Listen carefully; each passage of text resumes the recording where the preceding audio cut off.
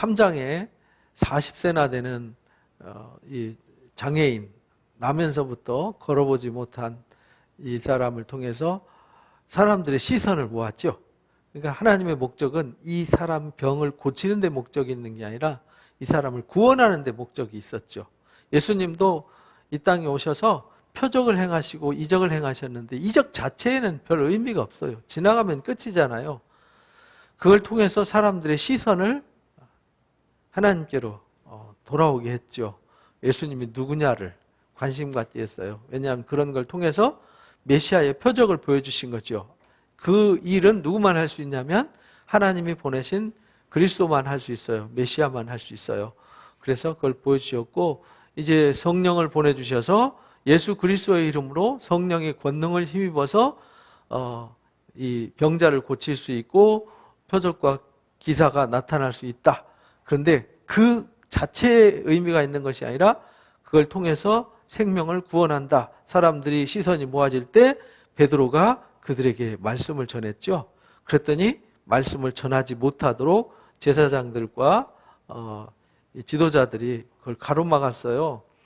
그래도 그 공회에 끌려 나가서 그들이 협박을 해도 우리가 하나님 말씀 듣는 것이 너희 말 듣는 것보다 옳다라는 것을 일깨워 줬죠. 그들이 감옥에 갇혀서 정말 우리가 볼 때는 좀 전만 해도 120명의 성도들이 다락방에 모여서 문 걸어 잠그고 감시하면서 기도를 했잖아요. 근데 성령이 임하니까 문을 박차고 나가서 감옥에 갇혀도 그들이 공회로 끌고 가서 겁박을 해도 굴하지 않고 그 앞에서도 담대히 말할 수 있는 사람들이 된 거죠. 오늘날 우리도 예수님이 마태복음 10장에 제자들 파송하면서 사람들 앞에서 너희가 나를 부인하면 나도 하늘에 계신 아버지 앞에서 너희를 부인할 거다. 이렇게 말씀하셨잖아요. 그래서 우리가 성령 받은 사람들답게 우리 하나님을 부인하는 사람들이 아니라 우리는 하나님의 말씀을 전하는 사람들이 되어야 합니다. 그래서 이제 5장에 이제 그들이 협박 속에서도 기도에 힘썼어요. 이 핍박과 환난 속에서도 복음을 전할 수 있게 해달라고. 그리고 병을 고치고 또 하나님의 능력과 표적이 나타나기를 기도했더니 그들이 더 힘을 얻어서 복음을 전했고 모이는 수가 더 많아졌어요. 그리고 그 중에 전 재산을 하나님 앞에 헌납하면서 자신의 삶을 하나님 앞에 드리겠다고 나오는 사람들이 있었어요. 그래서 그걸 가지고 나눠서 모든 사람들이 더 힘을 얻어서 사역을 하게 되는 것을 4장에서 배웠어요. 그런데 5장에 느닷없이 이제 아나니아와 삽비라라는 사람이 등장을 합니다. 4장에서 이 바나바를 통해서 이 헌신의 삶을 보여주고 사람들이 그를 존경하고 막 우러르잖아요. 사람들이 어떤 큰 일을 하면은 대단하다 해가지고 칭찬하고 축복하거든요. 그러니까 바나바는 그렇게 해서 말 그대로 제자의 삶을 살잖아요. 사도들과 함께 나중에 안디옥 교회에서 바울과 함께 1차 선교여행 떠나는 선교사로 파송받는 삶을 살아요. 일생을 선교하다가 순교를 하게 되죠. 근데 여기 아나니아와 삽비라라는 사람이 가만히 보니까 이 바나바가 인기가 올라가잖아요. 그러니까 본인도 뭘 얻고 싶죠? 인기와 존경을 얻고 싶어요. 우리가 사도행전 나중에 19장에서 배우고 뒤에서도 배우겠습니다만은 사도들이 능력을 행하니까 돈 주고 그거를 귀신 쫓고 질병 고치는 걸 보고 돈 주고 그걸 살려고 그러잖아요. 그리고 바울이 말하는 예수님의 이름으로 본인들도 귀신을 쫓아내려고 하니까 귀신도 알아보잖아요. 야 이놈아, 내가 바울도 알고 예수도 아는데 너는 어떤 놈이냐고 달라들어서 빨가벗고 도망가게 만들듯이 이 아나니아와 삽비라가 그와 같은 사람들이에요. 이 아나니아와 삽비라가 주를 믿었으면 진실해야 되잖아요. 예수님을 영접해서 내 안에 예수님이 있으면 거짓이 없어야 되잖아요. 진실하고 정직해야 되는데 소유 얼마를 팔았더라. 더불어 소유를 팔았더라. 그리고 그 값을 얼마를 뭐 했어요? 감췄어요. 그러니까 이 사람은 바나바처럼 흉내를 냈지만 바나바처럼 주를 위해서 헌신한 사람이 아니었어요. 사람들한테 인기였고 대접받고 높은 지위를 얻고자 하는 욕심이 있었던 거죠. 거짓으로. 그 아내도 알더라. 얼마만 가져다가 사도들 발 앞에 두고 베드로한테 우리가 전 재산 헌내었습니다. 그러니까 나도 높은 자리 주시고 나도 사람들한테 자랑해서 사람들이 역시 아나니와 삽비라야 이런 소리 듣게 해주십시오. 이런 냄새를 풍긴 거죠. 베드로가 이르되 아나니아야 어찌하여 사탄이 네 마음에 가득하냐. 그러니까 이 아나니아의 마음속에 뭐가 가득해서요? 사탄이 가득했다는 말은 우월감에 사로잡히고 자기 의를 세우고 자기 뜻을 세우려고 예수님의 이름을 팔아먹는 사람이었어요. 근데 이 일이 하나님 교회에 허용이 되면 하나님 역사가 엉망이 되죠. 그래서 사도들이 능력 행할 때 돈 주고 그걸 살려고 했을 때 아주 혼쭐 나는 얘기가 계속 등장하는 겁니다. 그러니까 우리가 하나님의 일을 돈 주고 안 돼요. 돈 주고 목사 자격을 얻고 돈 주고 뭐 은사를 받고 돈 주고 무슨 뭐 병 고치는 은사 받고 이게 말이 돼요? 그리고 돈 주고 성직을 매매해서 성직 권위를 얻고 그거 다 의미 없는 짓이에요. 근데 초대교회 때는 아주 강력했어요. 왜냐하면 하나님이 이제 예루살렘에서 복음이 순수한 완전한 복음이 땅끝까지 전해야 되는데 처음부터 이게 변질이 돼가지고 권력 나눠먹기 하고 또 자기 지위 나눠먹기 하고 자기 의를 세우는 도구로 쓰여진다면 안 되는 거죠. 그래서 중세기 때에 수많은 전쟁으로 아주 끔찍한 죄악들이 있었죠. 그래서 수많은 사람들이 그 부정부패로 인해 가지고 징계를 당하고 심판을 당했던 일들이 중세기 교회 역사에서 우리 흔히 볼 수 있는 일이에요. 그래서 우리가 또 어디서 그걸 발견할 수 있냐면 여호수아서에 보면 여호수아가 여리고 정복하고 그 다음에 아이성을 점령하러 가잖아요. 6장에서 여호수아서 6장에서 여리고성 하루에 한 바퀴씩 돌고 안식 마지막에 이제 7바퀴 돌라 해가지고 7째 날 7바퀴 돌아서 그 성이 무너지잖아요. 순종해서 무너졌어요. 근데 아이성은 여리고보다 작은 성이었어요. 그러니까 하찮게 여기고 그 뭐 다 올라갈 게 없습니다. 3,000명만 올라갑시다 해서 갔다가 36명이 죽었어요. 그리고 쫓겨났죠. 왜 그랬냐면 여리고성을 정복할 때 하나님 분명히 말씀하셨어요. 여기에서 탈취물을 하나도 감추지 마라. 취하지 마라. 근데 아간이라는 사람이 오탄벌하고 은과 금을 감췄어요. 이것이 하나님의 죄가 하나님 앞에 범죄가 돼가지고 아이성에서 작은 성에서 호기 좋게 올라갔다가 고통을 겪고 쫓겨나는 신세가 된 거죠. 하나님께서 처음이잖아요. 강력하게 역사하실 때 하나님의 거짓과 위선의 역사가 남아있으면 그 공동체는 순식간에 무너지는 거예요. 그래서 하나님이 초대교회 시작할 때 아나니와 삽비라 같이 거짓말하는 이 거짓을 하나님 허용치 않았어요. 그래서 베드로가 그걸 알고 사탄이 네 마음에 가득해서 내가 성령을 속였어요. 뭘 속였다고요? 마태복음 12장에서 우리가 배웠죠. 모든 건 다 용서받되 성령을 모욕하고 거역한 죄는 금생과 내생에도 사함이 없다. 용서 못 받아요. 그래서 여기 성령을 속이고 땅값을 얼마를 감췄느냐? 땅이 그대로 있을 때는 내 땅이 아니었냐? 판 후에는 내 마음대로 할 수 없더냐? 어찌하여 이 일을 내 마음에 두었느냐? 아니 사도들이 땅 팔아 갖고 오라고 한 것도 아니고 헌금하라고 강요한 것도 아니잖아요. 바나바는 감동이 돼가지고 나의 일생을 주 앞에 다 드리겠다. 그래서 재산을 다 드리고 자신의 삶을 헌신해서 복음을 위해서 살겠다고 와서 제자가 되어가지고 선교사로 자기 일생을 순교하기까지 드렸잖아요. 그러니까 재산과 함께 자기 삶을 다 드린 거거든요. 그래서 바나바는 이 돈을 드린 게 아니라 자기 삶을 드린 거예요. 그래서 오늘날까지 바나바는 위대한 제자로 이름이 기록되고 기념이 되고 있지 않습니까? 근데 이 아나니아 삽비라도 똑같이 본인들도 그렇게 막 우월의식을 갖고 어떤 지위를 얻고 영광을 얻고자 하는 탐욕이 그들 마음속에 있었던 거예요. 근데 하나님의 일은 그런 걸 허용하지 않습니다.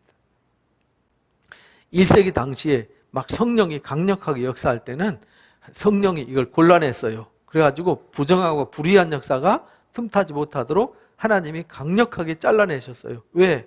그렇게 안 하면은 시초부터 병들면요, 멀리 가지도 못하고 땅끝은 고사하고 예루살렘도 못 넘어가요. 유다 땅으로 사마리아 땅 끝까지 가야 되는데 예루살렘과 유다 땅을 못 벗어난단 말이에요. 부정하고 부패하게 되면. 그래서 하나님께서 그런 것은 안 돼라고 하셨죠. 그리고 교회 역사를 통해서도 안 돼라고 말씀하셨고 오늘날도 안 돼라고 말씀하셔서 요즘 개독교 소리 듣는 거예요. 사람에게 거짓말한 것이 아니요. 누구한테 한 거죠? 하나님께 거짓말했어요. 그래서 하나님께 거짓말하고 세상 사람들은 그러잖아요.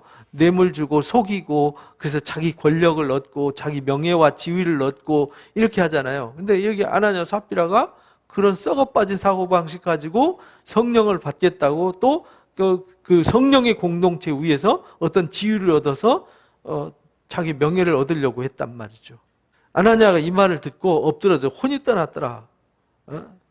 베드로가 너는 하나님께 거짓말했다라고 야단만 쳤지 너 저주하면서 내 이놈 죽어라 하고 안 했단 말이에요. 예수님의 이름으로 말하노니 하나님 이 영혼을 거둬가 주시옵소서 안 했어요. 아니 아나니아한테 누가 헌금하라고 한 적도 없고 부탁한 적도 없고 강요한 적도 없어요. 초대교회 때 성도들은 누가 헌금하라고 부탁해서 헌금한 사람 단 한 사람도 없었어요. 성령이 감동돼서 한 거죠. 오늘날도 마찬가지예요. 누가 헌금 강요해서 그 헌금 강요해서 내는 헌금은 헌금이 아니에요. 내가 감동돼서 막 은혜 받아서 막 감사함으로 드리는 것이 헌금이 되는 거죠. 그래야 하나님이 그 후에 은혜를 더하시고 복을 더하시는 거죠.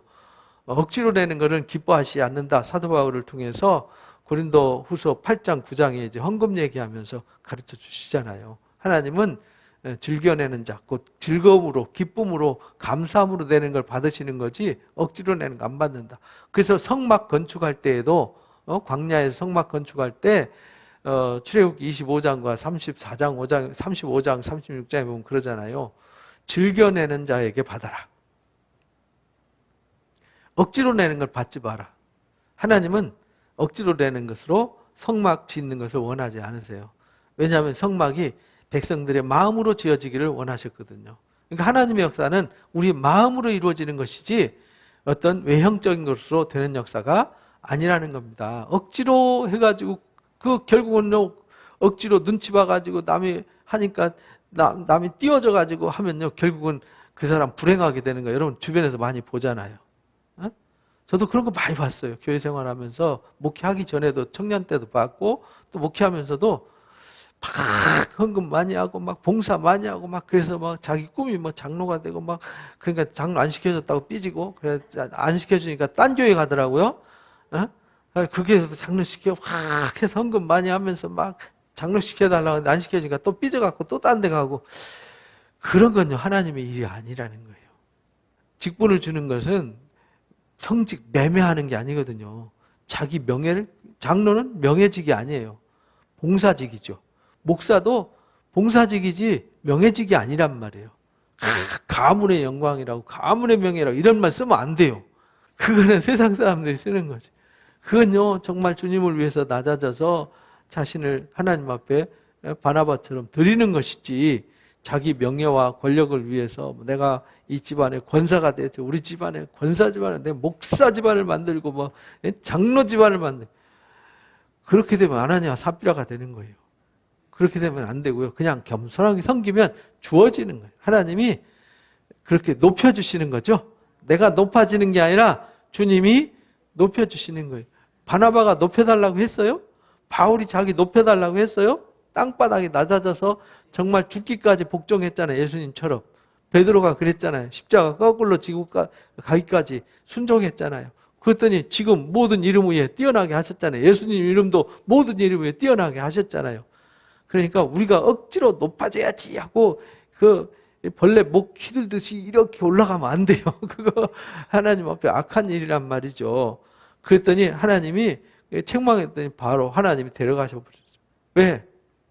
더 이상 여기 하나님의 이 부정한 역사가 틈타면 안 돼요. 이 일을 듣는 사람들이 다 두려워하더라. 이 두려워하니까 거짓말 할까요? 못 할까요? 가서 뭐 돈 몇 푼 들고 가서 저기 집사 시켜주세요. 장로 시켜주세요. 못 한다 이 말입니다. 젊은 사람이 일어나 시신을 싸서 매가고 나가서 장사하니라. 3시간쯤 지났는데 아내가 들어왔어요. 그 일어난 일을 모르고 딸랑딸랑하고 들어왔어요. 베드로가 그 땅판 값이 이것뿐이냐 내게 말하라 하니 예 이것뿐입니다 라고 똑같이 부부가 똑같이 명예욕에 사로잡혀서요. 자기 권력욕 명예욕에 사로잡혀서 하나님의 역사를 능욕했어요. 하나님을 이용하고 하나님을 완전히 땅바닥으로 끌어내린 거죠. 하나님을 무슨 동네 양아치 정도 취급을 한 거죠. 에? 뇌물 줘가지고 뭘 얻으려고. 베드로가 이르되 내가 어찌 함께 꾀해가지고 주의 영을 시험하느냐. 보라 내 남편이 장사하고 나는 사람들이 발이 문 앞에 이르렀으니 너를 메어나갈 거다. 너도 똑같이 당할 거다 했더니 즉시 죽었어요. 그래가지고요 엎드러져서 혼이 떠나는지라 젊은 사람들이 장사를 지냈어요. 그 사람 데려다가. 그래서 이 일이 온 교회와 이 일을 듣는 사람들이 다 크게 뭐 했어요? 두려워했어요. 하나님의 일을 우리가 두려워해야 돼요. 하나님을 경외한다는 말이 두려워한다는 말이에요.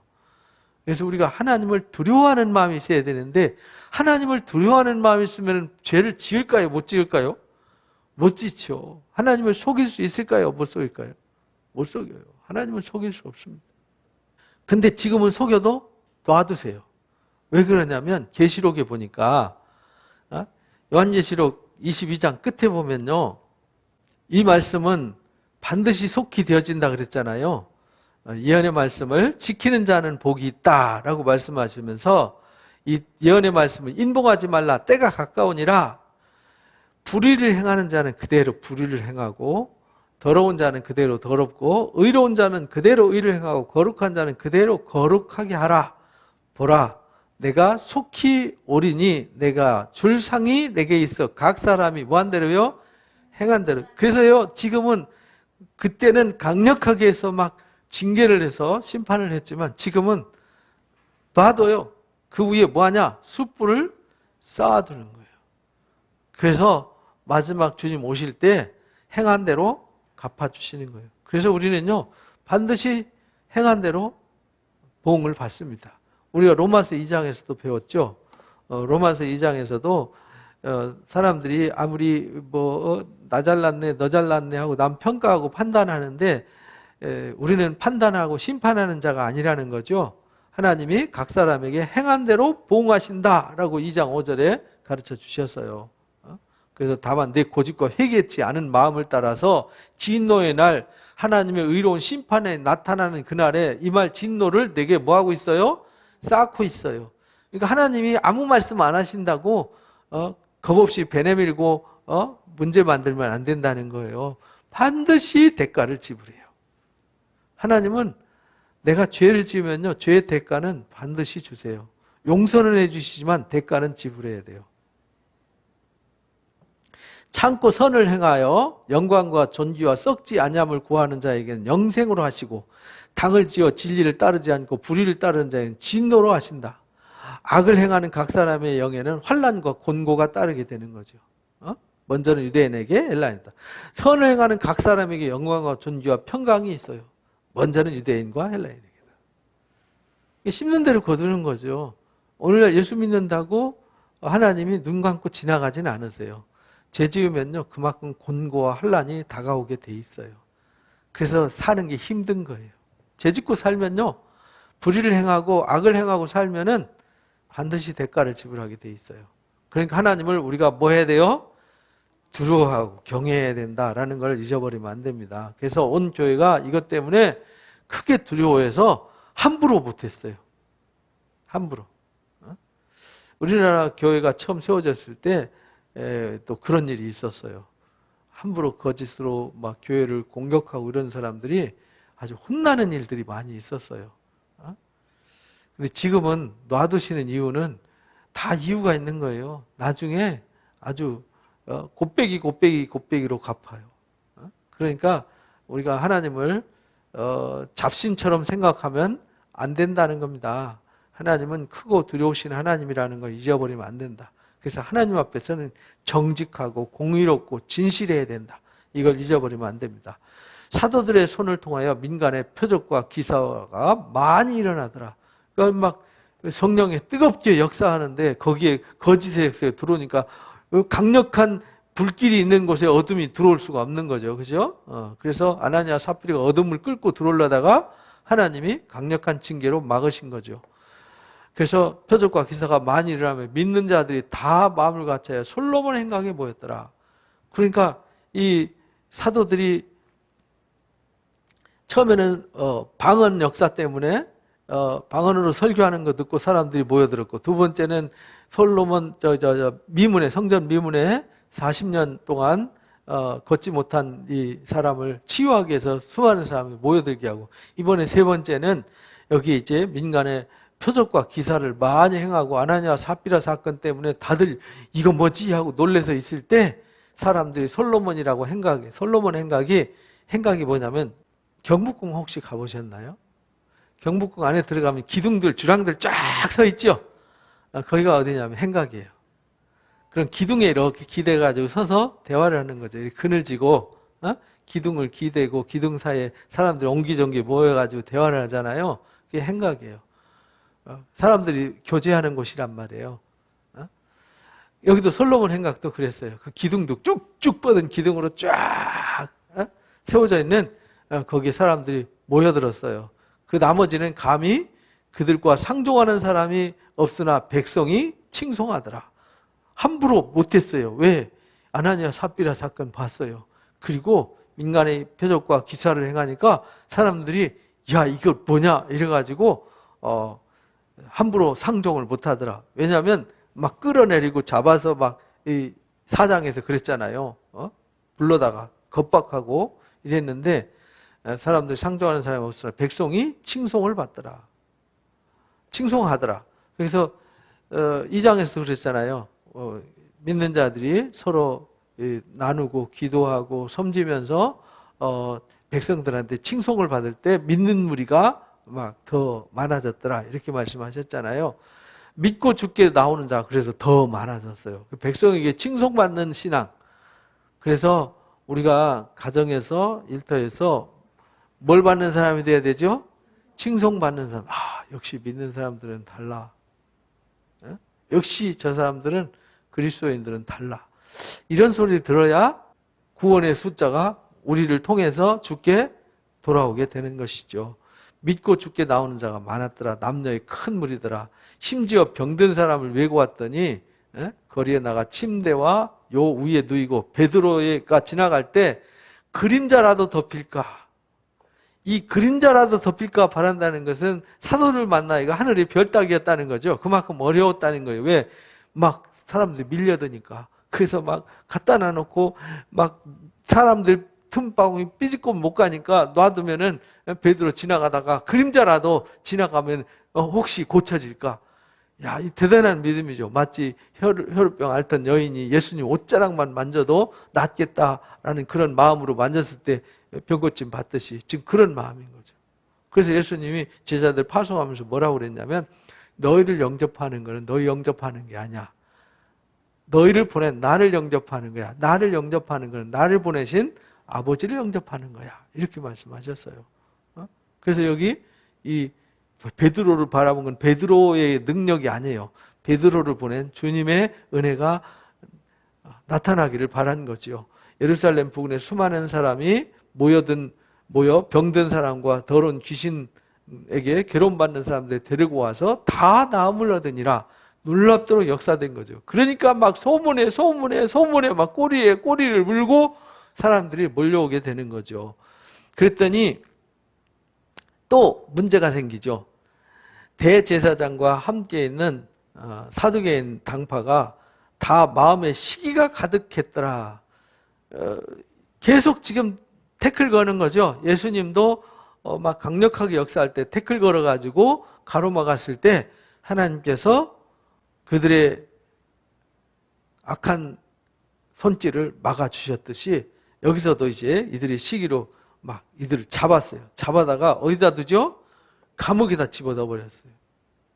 주의 사자가 밤에 옥문을 열고 끌어냈어요. 얼마나 강력하게 역사했는지 막 옥문에다 집어넣고 지키게 했는데 밤중에 주의 사자들이 베드로를 그냥 끌어나왔어요. 근데 간수들은 나갔는지조차도 모르게 하셨어요. 이렇게 강력하게 역사하셨어요. 가서 성전에 서서 이 생명의 말씀을 대백성에게 말하라. 이 생명의 말씀을 백성에게 가서 말하라. 그래서 감옥에 있을 시간이 없었어요. 그래서 하나님이 사자를 보내가지고 강력 끌어내신 거죠. 그들이 듣고 새벽에 성전에 들어가서 가르치더라. 지금 빈 감옥을 지금 간수들은 지키고 있고 사도들은 감옥에 있다가 하나님이 끌어다가 말씀 전하게 하셨어요. 이렇게 강력하게, 그러니까 하나님이 우리가 이제 주일날에도 보내심의 역사가 있다 그랬잖아요. 이건요, 베드로 개인의 권능과 사도들의 권능으로 한 것이 아니라 하나님이 끌어내셨고 하나님이 보내셨고 하나님이 하게 하신 거죠. 그래서 성경의 역사는 수동태예요. 수동태. 능동태가 아니라 내가 알아서 한 게 아니라 하나님의 은혜가 와서 할 수밖에 없게 하고 될 수밖에 없게 하고 하나님이 그렇게 일하셨어요.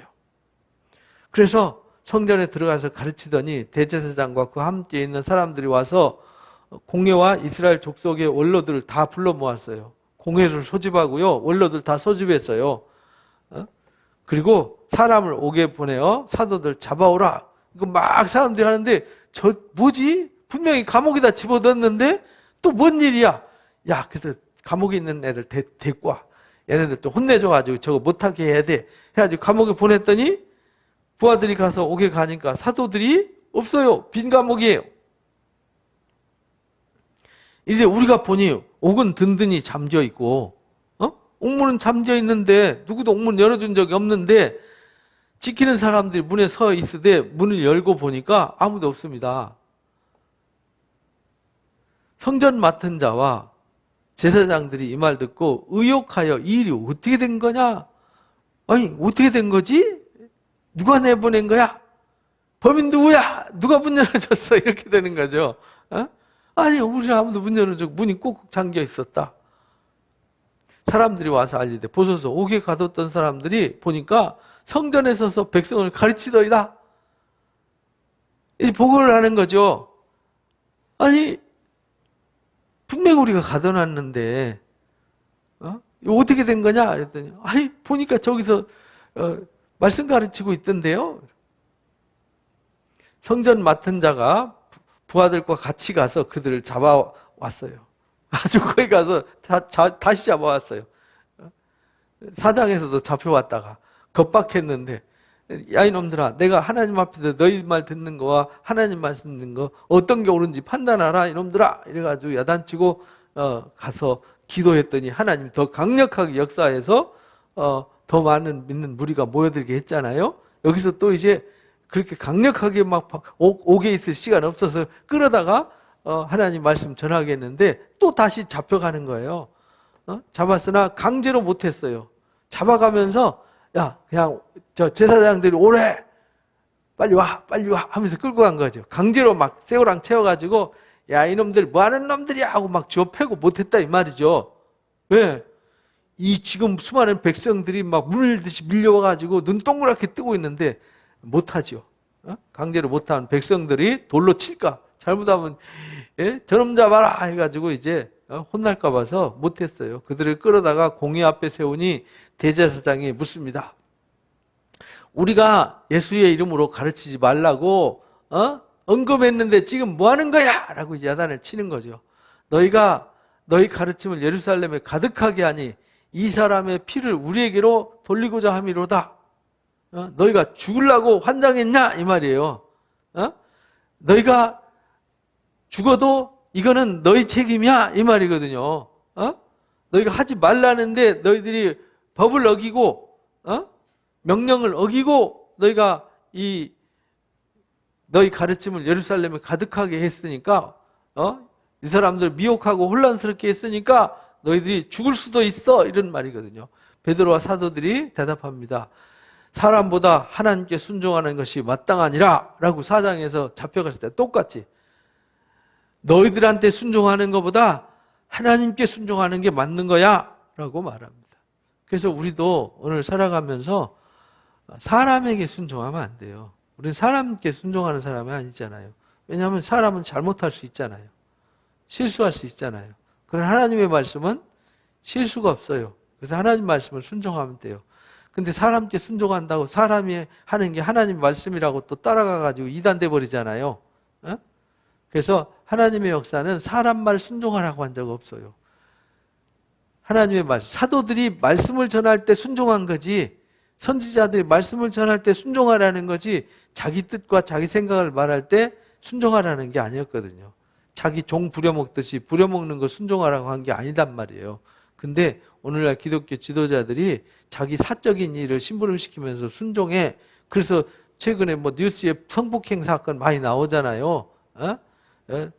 목사한테 순종해야 복 받는 거야 해가지고 이 함부로 만지게 하고 막 이상한 짓 해가지고 결국은 미투 해가지고 지금 뉴스에 나오고 이러잖아요. 그게 잘못된, 사람에게 순종하니까 그래요. 사람의 개인의 심부름하는 건 순종이 아니에요. 그건 도와주는 거, 봉사하는 거지. 하나님 말씀에 순종하는 게 아니라고요. 그러니까 우리는 하나님의 말씀에 순종해야지. 그래서 그 입에서 나오는 말이 하나님의 말씀인지 개인의 일인지를 분별할 수 있어야 돼요. 근데 개인의 말도 하나님의 말씀이다. 그래서 중세기 때 교황이 하는 말은 다 하나님의 말씀이었어요. 교황이 야 그거 하지 마, 이거 해, 이렇게. 야 쟤 화형시켜. 그럼 화형시켰어요. 저 사람 파문시켜. 그럼 파문. 성경에 어떻게 파문하라. 왜 파문하는 얘기도 없어요. 그냥 기분 나쁘니까 파문해. 그럼 파문하는 거죠. 그 종교 지도자들의 감정에 따라서 쟤 잘라버려. 제 교회 못 오게 해. 이러면 그거 제 개인의 감정이잖아요. 개인의 감정으로 하는 거는 하나님의 말씀이 아니라는 겁니다. 그러니까 그 입에서 나오는 하나님의 말씀을 순종하라는 거지, 개인의 말을, 하나님의 말씀을, 하나님의 종이니까 하나님의 종의 입에서 나오는 말은 다 하나님의 말씀이다? 아닙니다. 그런 말에 속으면 안 돼요. 그래서 한국교회 그런 잘못된 신앙 때문에 많이 망가졌어요. 그래서 사람보다 하나님 말씀에, 하나님께 순종한다는 말은 하나님의 말씀, 성령에 순종하는 거죠. 너희가 나무에 달아 죽인 예수를 우리 조상의 하나님이 뭐 하셨고 살리고 이스라엘에게 회개함과 제사함을 주시려고 그를 오른손으로 높이사 임금과 뭘로 삼았죠? 구주로 삼았다. 공회 앞에 서가지고 제사장들과 그들한테 지금 복음을 전하고 있는 거예요.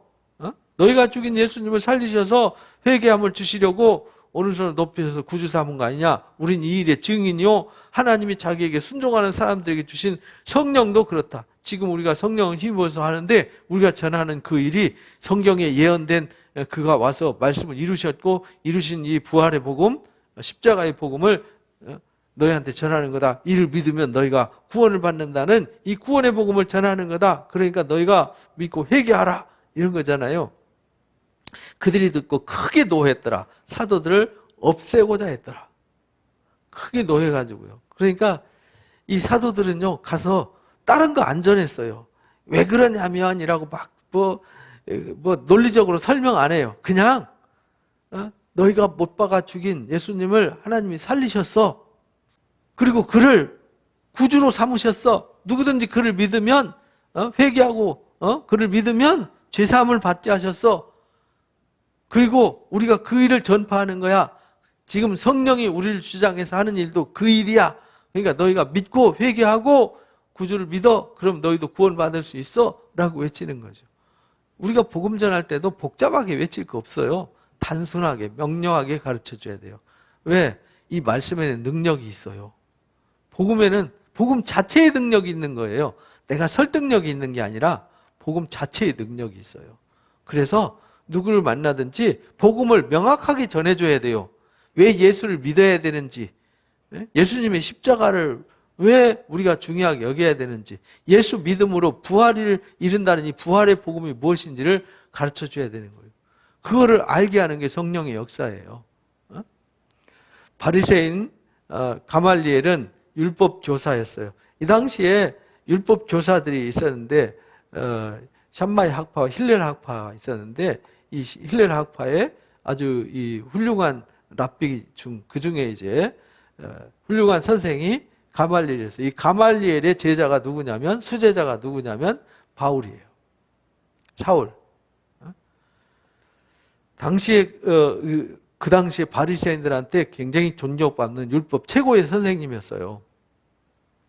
모든 백성에게 존경받는 자라, 공회 중에 일어나 명하여 사도들을 잠깐 바꿔 나가게 했더라.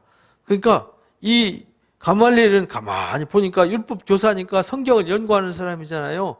그러니까 하나님 편에서 이 사도계나 제사장들은 자기 권력에 취해가지고 이 욕심에 눈이 멀어가지고요, 쟤네들이 인기가 있으니까 자기 인기가 없잖아요. 그것만 생각하는 거죠. 하나님께서 뭐라고 말씀하실고 하나님의 뜻이 무엇인지는 관심 없어요. 자기 권력의 위태로움만, 자기가 밀려날 것 같고, 자기들이 지위와 자기들이 한 일이 악한 걸로 탄로날까 봐서 전전긍긍하는 수준밖에 안 되었어요. 이게 하나님의 일이 그런 거거든요. 우리가 아무리 뭐 직분이 중요해도 직분보다 더 소중한 것이 하나님의 은혜잖아요. 근데 그 직분 때문에 막 목숨 거는 사람들이 있어요. 그거 다 내려놓을 수 있는 거죠. 그렇잖아요. 나중에 아무것도 아니고 하나님 앞에 갈 때, 뭐 천국 갈 때 야 장로 먼저 나와, 목사 먼저 나와, 뭐 총회장 먼저 나와, 노회장 먼저 나와, 이런 거 없거든요. 정말 어린아이 같은 순수한 신앙한 사람부터 제일 먼저 나가는 거예요. 그 천국에는요, 직분은 아무 상관없어요. 직분은 이 땅에서 맡겨진 사명을 주신 거죠. 사명을 주신 거지 직분 순서대로 하나님 나라 가는 거 아닙니다. 근데 이게 잘못된 오해로 잘못 가르쳐서 잘못 오해하는 사람들이 참 많았어요. 그래서 이 가말리엘이 사도들 잠깐 나가 있으라고 한 다음에 말합니다. 이스라엘 사람들아, 너희가 이 사람들에 대해서 어떻게 하려는지 조심해야 된다. 왜냐하면 가말리엘은 성경에서 봤잖아요. 거짓 선지자들이 더 많았죠. 참 선지자보다 거짓 선지자들이 더 많았어요. 근데 거짓 선지자는 다 뭐 했죠? 망했어요. 성경을 연구해 보니까 거짓을 주장했던 사람들은 고라자손들 그냥 막 산채로 그냥 지진으로 삼켜버렸잖아요. 그리고 거짓 선지자들 다 징계당해서 북이스라엘 아예 없어져 버렸잖아요. 거짓 선지자들 다 처참하게 잡혀서 죽고 바벨론 포로로 끌려갔잖아요. 그런데 참 선지자들의 이야기는 그대로 이루어졌어요. 그런데 가만히 보니까 이 바리새인들, 이 사두개인들과 제사장들이 하는 행위와 이 사도들의 행위를 보니까 여기는 거룩함이 있어요. 자기 목숨을 아끼지 않고 말씀을 선포하고 뭘 하는데 좀 십자가에 못 박인 예수를 전한다고는 하지만 뭔가 달라요. 왜냐하면 민간의 표적과 기사가 일어나고 죽은 자가 살아나고 표적이 일어나잖아요. 그러니까 조심해야 된다. 근데 이보니까 사두개인들이나 제사장들은 가말리엘이 봐도 싸가지가 없잖아요. 부패하고 병들고 자기밖에 모르는 이 사악한 사람들 누가 봐도 알잖아요. 비교가 되잖아요. 비교가 되니까 내보낸 뒤에 말합니다. 조심해야 된다. 이전에 드다라는 사람이 일어났었다. 그가 막 선전하며 사람이 400명이나 따랐어요. 근데 그가 죽임을 당하니까 따르던 사람들이 다 흩어졌어요. 그리고 그 후에 호적할 때 갈릴리의 유다라는 사람이 또 이제 막 반지를 들고 일어났어요. 백성을 꾀해가지고 따르다가 그가 망하니까 또 다 흩어졌다. 그 당시 있었던 일이에요, 실제. 열심당원 일어나가지고 막 독립전쟁 한다고 나섰다가 망했어요. 유다와 드다가 망했어요. 이제 내가 너에게 말한다. 이 사람들을 상관하지 말아라. 버려둬라. 이 사상과 소행이 사람으로부터 난 일이라면 무너질 거다. 유다와 드다처럼 자기가 일어나가지고 자기 일을 하면은 하나님이 막으셔서 이 사람들 무너뜨릴 거다. 만일 그런데 하나님께로부터 일어난 일이라면 너희가 그를 무너뜨릴 수 없고 도리어 하나님을 뭐하는 자? 대적할 자가 될 수 있다. 대적하는 자가 될 수 있다. 조심해야 된다. 그러니까 우리가요, 어떤 일을 할 때는 무조건 내 생각으로 이건 아니야, 저건 아니야 하지 말고 그냥 우리는 내 할 일에 집중하고 그저 하나님께 맡겨진 사명에 충실할 뿐이에요. 결과는 누가 책임지죠? 하나님. 하나님이 하신 일은 반드시 흥해요. 근데 하나님이 일이 아니면 반드시 무너져요. 그 우리나라 그랬어요. 통일교 하나님 하신 일이 아니니까 무너지잖아요. 박태선이 막 100만 명이 넘는 인구가 따랐는데 하나님이 하신 일이 아니니까 사람이 많이 따른다고 하나님 역사가 아니에요. 어? 예수님이 뭐 12제자밖에 더 따랐어요? 뭐 따르는 사람도 별로 없었죠. 다 도망가고 내 살 먹어라, 내 피 마시라 할 때 다 떠나버렸잖아요. 어? 예수님 십자가 하실 때 다 꽁무니 빼버렸잖아요. 그래 12제자밖에 안 남았고 마지막에 예수님 부활하실 때 그 중에 사람들 모인 게 120명이었단 말이에요. 그래서 기독교 역사 시작은 마가다락방에 120명으로부터 출발한 거잖아요. 근데 그 역사가 숫자 몇 명 안 된다고 그래서 하나님 역사가 아닌 게 아니고 막 예루살렘에 수만 명, 수십만 명, 수백만 명이 모였다고 해서 그게 하나님의 일이고 그런 건 아니라는 거예요. 그래서 너희가 하나님이 하시는 일이면 망하지 않을 거고 하나님이 하신 일이면 흥할 거고 하나님이 하신 일이 아니면 무너질 거다. 이걸 잊어버리지 마라. 그래서 그들이 막 로마 권력과 대항하면서 난리쳤던 그 역사가 결국은 AD 70년에 로마 티투스 장군에 의해서 예루살렘이 쑥대밭 돼버리고 돌 하나 돌이 남산고 다 초토화돼 버리잖아요. 다 불태워지고 아예 건물이 다 없어져 버렸어요. 왜 그랬냐면 불 질렀는데 거기에 안에 성전 안에 인테리어 한 게 금으로 다 도배를 했거든요. 근데 그게 불타면서 금이 녹아가지고 돌에 성전 돌에 금이 막 눌러붙었어요. 그게 잘 안 떨어지잖아요. 그러니까 돌멩이를 다 메고 가버렸어요. 그래서 돌 하나 남지 않은 거예요. 그들이 옳게 여겨. 그들이 가말리엘 최고의 존경받는 선생이 말하니까 가만히 보니까 자기들이 봐도 그렇잖아요. 막 구름대같이 모여들고 뭔가 일어나는데 괜히 나섰다가 본전도 못 찾을 것 같으니까 옳게 여겨 사도들을 불러다가 채찍질만 했어요. 사도들이 그 일론에서 엄청 엉덩이 헐도록 맞았어요. 채찍 맞고요. 예수의 이름으로 말하는 것을 금하고 놓으니라. 예수의 이름으로 말하지 마 하고 채찍질해서 돌려보냈다는 거예요. 달리 할 수 있는 게 없었어요. 안 그랬으면 가말리엘이 안 말렸으면 지금 사도들도 순교를 당했죠. 근데 하나님이 아직 해야 될 일이 남았기 때문에 이때에 순교하면 안 되잖아요. 그래서 예루살렘 선교가 끝나고 이제 유다와 사마리아로 가기 위해서 하나님 역사가 준비되는 것이죠. 그래서 나중에 8장에서 이제 예루살렘 선교 끝났어요. 그 다음에는 흩어버려요. 하나님 흩트는 역사가 있습니다. 하나님께서 우리가 볼 때는 야 예루살렘 교회가 저렇게 위기 겪어서 쫓겨나나? 남들이 볼 때는 어떻게 보면은 핍박받고 야고보가 순교당하면서 막 쫓겨가잖아요. 쫓겨갈 때 마치 망한 것 같이 보이잖아요.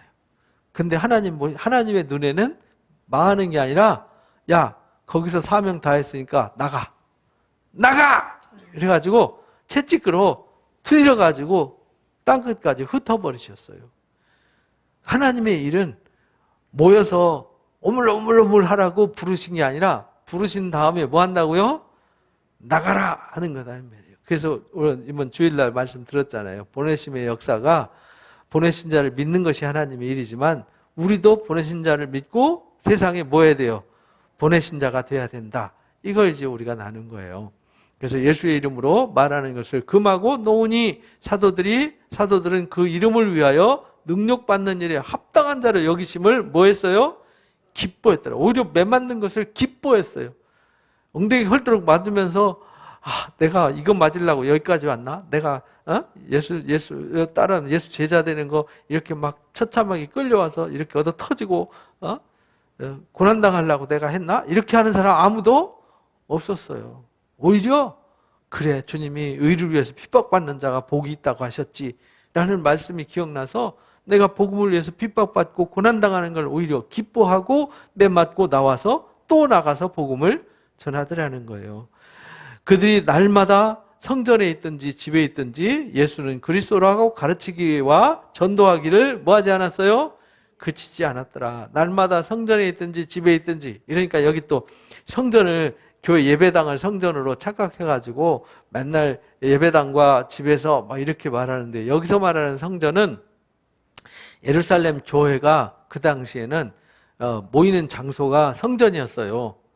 나중에 성전이 없어지니까 성전에서 안 모이고 어디서 모였냐면 가정에서 모이게 되는 거죠. 그래서 건물 성전이 지어진 것은 4세기에부터, 4세기 건물이 생겨서 단체로 모여서 예배한 건 313년 이후부터 가능했어요. 313년 이전에는 다 이 동굴 속에 가정의 지하에 숨어가지고 예배를 했어요. 거기에는 예배당도 없었고요, 성전도 없었어요. 그냥 예수의 이름으로. 그래서 예수님이 그랬잖아요. 두세 사람으로 너희가 모인 곳에 나도 거기 함께한다라는 말씀을 믿고 모여서 사도들의 가르침을 나눴어요. 사도들이 명한 것, 예수님의 가르침 받아가지고 사도들을 통해서 가르쳐준 가르침. 이 사도들이 성령 받은 사람들이잖아요. 성령 받았으니까 예수님이 말씀하신 것이 다 생각나고 예수님이 무엇을 말씀하셨는지 알기 때문에 보고 듣고 배운 것을 증거한 것이죠. 그것이 복음이에요. 그러니까 오늘날 우리도 이제 어디에 있든지 공동체, 이제 공동체가 교회죠. 교회 안에 있다는 말은 우리 공동체 안에 있다는 뜻이에요. 건물 안에 있는 게 아니고, 사랑누림교회는 이 건물이 사랑누림교회가 아니라 우리 자체가 공동체예요. 그러니까 내가 공동체가 되어 있느냐 안 되어 있느냐, 이것도 중요한 거죠. 그래서 공동체가 되려면 서로 떡을 떼며 교제하며 모이기에 힘써야 되는 거죠. 그래서 관계가 있느냐 없느냐는 함께 하냐 안 하느냐, 이게 따라서 달라지는 거죠. 가족이라도 관계가 없는 사람이 있죠. 안 만나요. 모이지 않아요. 그러면 관계가 점점 없어지죠. 근데 이웃이라도 자꾸 만나고 함께 하면은 가족이 되는 거예요. 가족보다. 그래서 우리 속담 있잖아요. 가까운 친척보다 이웃 사촌이 나은 거예요. 그러니까 우리가 항상 모이기에 힘쓰고 하는 이 교회, 공동체 중심으로 움직여야 된다는 뜻이지, 건물에 모여야 된다는 뜻은 아니에요. 그래서 건물은 성전이 될 수가 없어요. 성전은 세우면 안 돼요. 성전은 없어졌잖아요. 근데 한국교회에 이제 성전이라는 이름이 등장해가지고 80년대부터 성전 건축 바람이 불었어요. 그래서 한국교회가 부패하는 거예요. 성전은 다시 세우면 안 되는 거예요. 성전을 돌 하나 둘 남자고 다 무너뜨리고 예수님이 성전이 되고 우리가 성전이 됐는데, 내가 성전이고 주님이 성전이고 우리가 성전인데 건물을 성전이라고 그러면은 십자가를 뭉개는 거죠. 십자가를 무너뜨리는 거예요. 심각한 겁니다. 근데 너무 오랫동안 외치다 보니까 예배당을 성전이라고 하는 것이 그냥 입에 붙어버렸어요. 그냥 대명사가 돼버렸어요. 그러나 거기는 절대 성전이 될 수 없습니다. 성전이 있으면 제사를 드려야지. 그럼 성전은 몇 개 있어야 되죠? 하나만 있어야 돼요. 예루살렘 하나만 있어야지. 그리심산에 북이스라엘이 성전 세웠다가요, 이제 그 사마리아 사람들이 그거 세웠다가 BC 2세기에 아리스토부루스가 가서 그냥 박살내버렸어요. 그 지금 그 허물어진, 지금 그리심산에 가면 허물어진 그 그리심산 성전 터가 그대로 있어요. 애굽의 성전, 예수님이 거기 어린 시절에 도피해 갔었잖아요. 그리고 그 이전에도 애굽으로 갔었잖아요, 사람들이. 거기다 성전 지었어요. 다 헐어버렸어요. 왜? 성전은 예루살렘에 하나만 있어야 돼요. 오늘날 성전도 몇 개 있어야 돼요? 전 세계에 하나만 있어야죠. 2개 돼서. 그럼 성전이 하나, 어디에 세워질까요? 그래서 지금 예루살렘 성전이 제3성전이 세워져야 된다라는 얼빠진 목회자들이나 지도자들, 신학자들 또는 성도들이 있어갖고 예루살렘으로 진군해가지고 가르치는 이상한 사람들도 지금 존재하는 거예요. 여러분들 가끔 그런 거 들을 겁니다. 제3성전은 세워지면 안 되는 거예요. 성전은 예수님으로 끝났어요. 그래서 예수님이 대제사장이시잖아요. 우리가 또 제사장이잖아요. 그러면 예수님이 왜 성전 세웠으면 그 대제사장 세워야지. 그렇잖아요. 그리고 짐승 제사 드리고 해야죠. 또다시. 그러면 안 돼. 그래서 성전이 필요 없는 거예요. 예수님이 십자가로 제사를 완성시키셨어요. 십자가 지심으로 모든 죄가 사해지고 하늘 보좌에 들어가셔서 성소에서 다시 안 나와요. 그래서 영원히 속죄가 이루어졌다고 히브리서에서 가르치잖아요. 그러니까 다시 성전이 필요 없는 겁니다. 다시 성전 세우면 예수님이 다시 오셔야 돼요. 십자가 지러. 말도 안 되는 이론이죠. 그러니까 우리가 여기서 말하는 성전은 그때 당시에는 성전이 있었어요. 그래서 1세기 초대교회 때는 성전신앙과, 그러니까 구약의 성전 제사 드리고 이 성결 예식을 하는 그것과 그 다음 회당 예배와 기독교 공동체 예배가 같이 어우러져서 과도기 상태에 있었어요. 근데 그것이 70년에 성전이 없어지면서 기독교 예배가 독립을 한 거죠. 회당에서도 쫓겨났어요. 그래서 기독교인들끼리 모여서 주일날, 주의 날, 주님이 부활하신 날을 기념하면서 예배한 것이 주일이 된 거예요. 그래서 313년에 종교 자유를 발표하면서 기독교인들이 주일날 예배할 수 있도록 휴일을 선포한 거예요. 휴일로. 그래서 일요일이 주일날이 된 거예요. 근데 그 태양의 날이라고, 원래 태양절 날이잖아요. 태양의 날. 그래서 날일자 쓰지 않습니까? 그것 때문에 또 논란이 있는데 그런 의미로 준 게 아니라고요. 주님의 날을 기념하면서 예배할 수 있도록 배려하기 위해서 쉬게 하셨어요. 그러니까 우리는 주의를 잘 지키고 이제 성전이 아니라 공동체에 모이기에 힘써야 돼요. 지금은 성전이 아니라 어디에 모인다고요? 공동체, 곧 교회에 모이기에 힘써야 돼요. 교회가 공동체거든요. 공동체에 있든지 예수 그리스도를 가르치고 전도하기를 그치지 말아야 됩니다. 이렇게 했더니 하나님이 강력하게 역사해서 모이는 숫자가 점점 많아지고 구원의 수가 더해지게 되더라. 그 얘기가 이제 6장에 이어지게 되는 겁니다. 6장 이야기는 다음 주에 하겠습니다.